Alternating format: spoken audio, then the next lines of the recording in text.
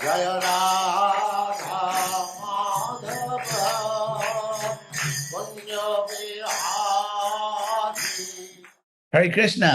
Regarding our important devotional activity of reading Prabhupada's books, I want to emphasize that that activity is reciprocal.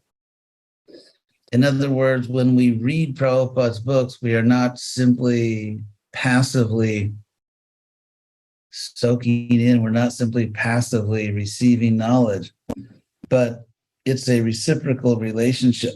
And that's explained in the Bhagavatam, because when we hear from a great Vaishnava, whether it's reading or actually hearing, we have to be eager.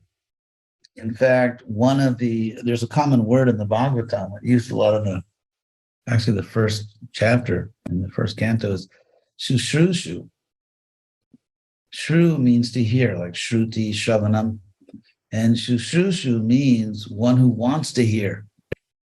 And so it's always mentioned in the Bhagavatam that the sincere sages, Vaishnavas, they're eager to hear, they want to hear.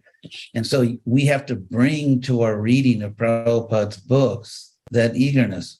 And it's an eagerness, not simply an eagerness to follow the rule, but an eagerness to understand. As we know, Prabhupada's books have unique spiritual power. And we should read his books or hear readings of his books, or ourselves read his books with an eager desire to understand Krishna, to revive our relationship with Krishna. Another point is that apart from our own salvation, Krishna himself in the Gita emphasizes preaching. Krishna says practically at the end of the Gita, Jaidam paramanguyam madbhaktesha vidasyati, that one who in the future will study this Gita, which I have just spoken. That, by the way, is verse 1868. Verse 1868. And so Krishna says, Yaidam paramanguya madbhaktesha vidasyati, one who will teach this Bhagavad Gita to those who are devoted to me, or those who are potentially devoted, as Prabhupada explained. Bhakti Mayi Parang Kritva, that person has rendered the highest devotional service to me. And Nama Mame Vaishati Asangsaya, that person will come to me without doubt. So rather than worry about, am I going to go back to Krishna? Where am I going? Where did so-and-so go? Just teach Bhagavad Gita, then you know where you're going. Krishna says in the very next verse, 1869, Nacha Tasman Manusheshu Kasyan Me Priyakritama. No one has pleased me more than that person. Among all human beings, no one has literally has pleased me more than that person. Bhavitacha me bhuyak anya priyataro bhuvi, and no one in the future will ever be more dear to me than that person who's teaching Bhagavad Gita. So if you want the fast track to a great life, to happiness and realization, this is it. The more we try to help others understand Prabhupada's books, the more we understand them. And also, if we are serious preachers, I don't know if we're allowed to use that word anymore, or teachers or sharers or whatever the current word is, if we really want to help people, then we take seriously what their doubts and problems are. If you're a doctor, you have to take seriously that this patient has a specific disease. No one is simply sick in general. Everyone is specifically ill with a particular disease.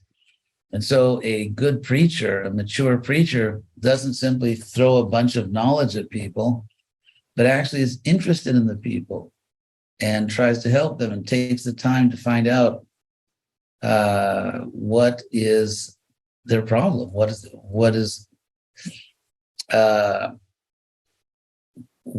their obstacle to becoming a servant of Krishna.